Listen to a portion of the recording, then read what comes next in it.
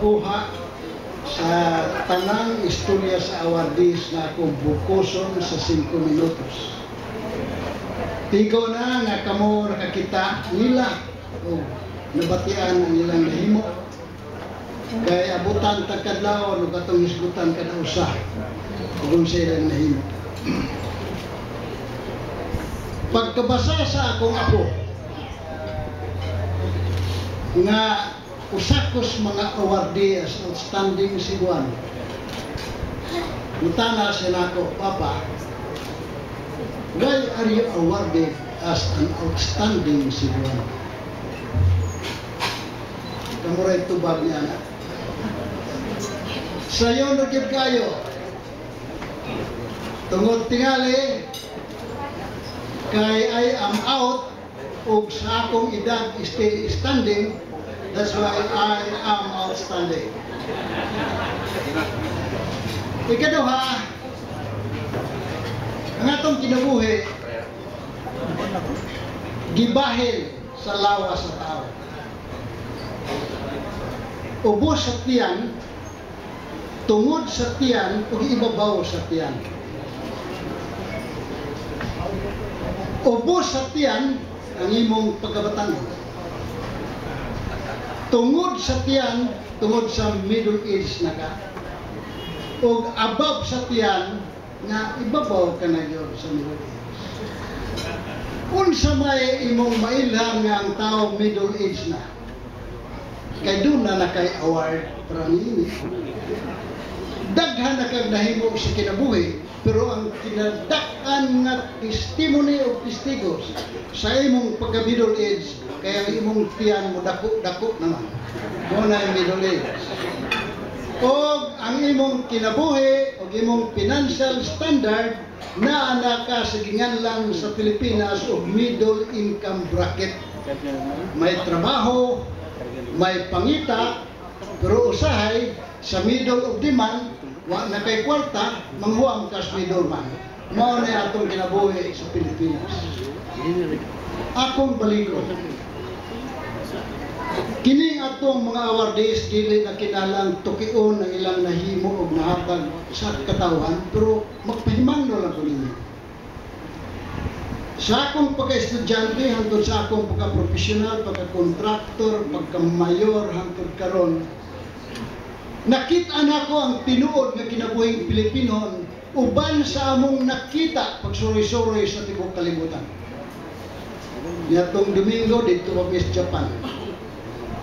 Kinadisgrasya akong apo luminyo og Haponesa. Nganong nadisgrasya 30 minutos may nakatubang sa akong mga in-laws, di gid mi mag-istoryahay. Usaw pag-istorya nga sila di kontigo in English, kami di kontigo Japanese, wag gid tingog-tingog, sige lang nga.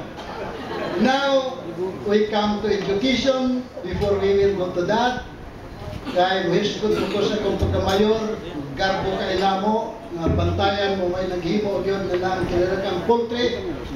Kunya gani naka-invento yung formula nga kanang among poultry ang itlog sa manok dagko o gahit pa o yang shell. Muna nga sa mayor pa ko, musinggit ang taga-tabuan nga ang inyong paliton itlog, katong itlog ni Salazar kay dagko pa, gahit pa. Muna yung among product dito sa bantayan. Ang akong gipangutana kaninyo tanan sa among obserbahan, bisan kamo dili man kay kinira boy awardee, kitang tanan awardee. Lingiya rabod ang atong mga barangay o mga lungsod unsay kaugmaon sa atong mga batanon. Ako ning hanigan sa statistics, 23 million Filipino youths are enrolled in schools. There are 2,180 colleges and universities all over the Philippines. Daghan pa tag-eskwelahan sa tibuok United States. Dinhi sa Region 7, ang tanan natong eskwelahan 161 3 gini public sa colleges.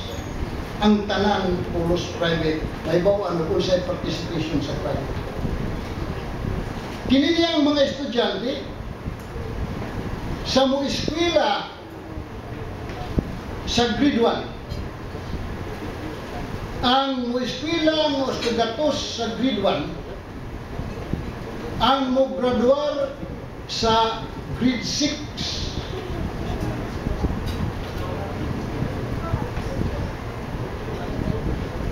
Mo enroll sa high school 43 na kabok out of 100. Ug nianang 43 ang mo graduar sa college 21. Sa kagatos 21 ang migraduar sa college. Asa naman ang 79? Kadaghanan ni anak ngali na enroll sa pisuhan. Mao na nga ang education karon mo'y sibyor sa kagutom o kapobre sa tao.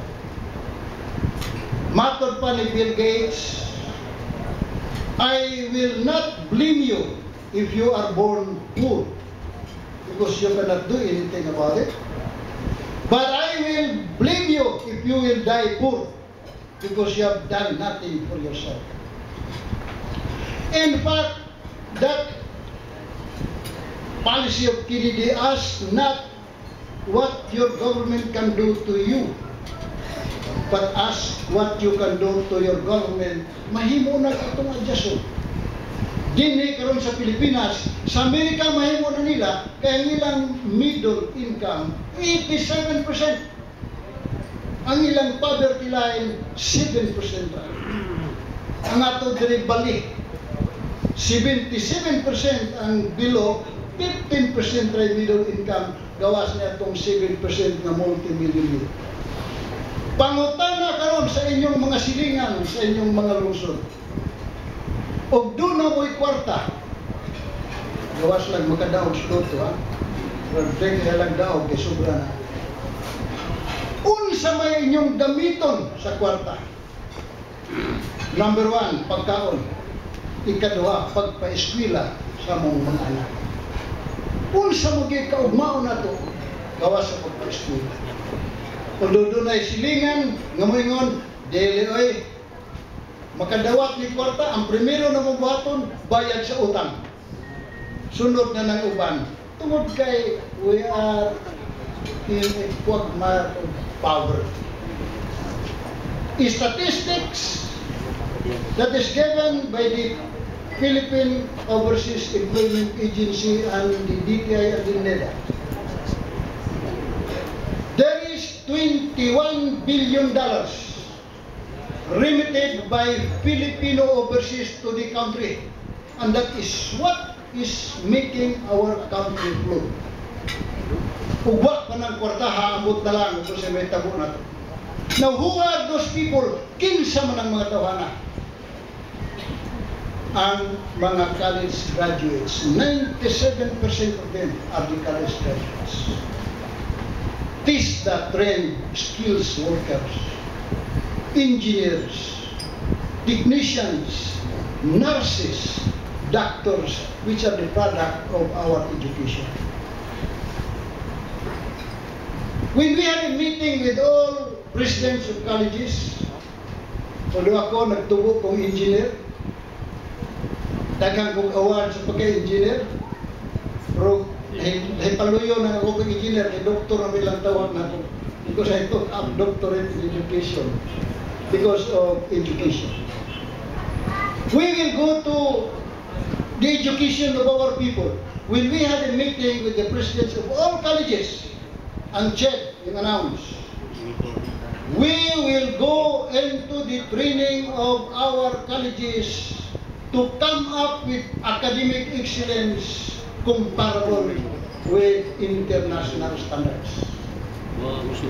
When it was my turn to have to talk in the open forum, I said, yes, we don't have any argument on that.